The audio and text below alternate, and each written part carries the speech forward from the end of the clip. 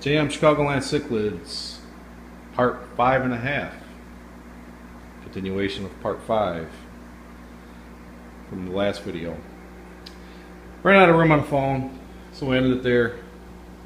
Let's continue on with the updates on the room itself. Still not going to talk about the fish. Just talking about the additions that we've done since last time. Lily. By the way, it's our mini golden doodle Lily. Golden retriever and a mini poodle mix. Okay, so we ended off that last video right at the end. We're going to start talking about the curtain system that will enclose the shelving system that was in here when we bought the house.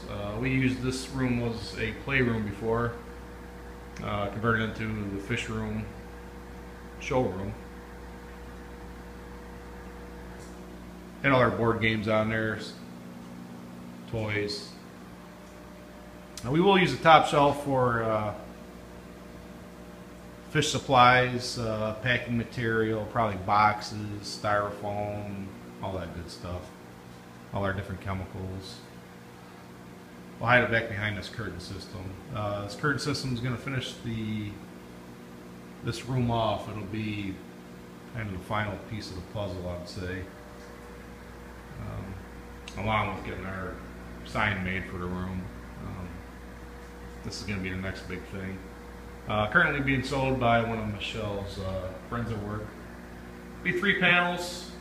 It's a tropical fish pattern on the panels. Blue background. Match the room well. This system I got attached to the ceiling. Found this at IKEA. It's a slide system. Little clamps. Going to clamp the panels on. You'll be able to slide them back and forth, open it up. But it will enclose the whole rack system itself, the shelving, starting all the way from wall to wall. So that's going to finish it off real nice. Let's go on with the updates. Top tanks up here, all our fry tanks, 9-10 gallon tanks. Started having an algae problem in them. Kind of frustrating. Something we didn't think about. We did it. The lighting system shining up through the bottom with no substrate on the bottom of the tank. Great idea. I guess I didn't realize how close the bulbs were, the algae it would create. Well, after a couple of weeks, started getting algae. Try to come up with a solution. Still want a light to come up through. So, pretty simple setup, or fix as we call it. White paper just taped to the bottom of the tank. Still lets up enough light into the tank, but stop the algae by probably 75% growth rate. I mean, it'll work wonders. You can see we still got enough light up there. Not as bright as the bottom tanks, but they're just the fry, not at the selling stage at that point, so they're just growing out. Give them a little bit of light so we can see what's going on in the tank. To help the rest of the problem with algae, we bought 18 Chinese algae eaters. One of the big pet stores had them on sale. $1 a piece, and every 5th one you bought was free, so bought whatever they had 18.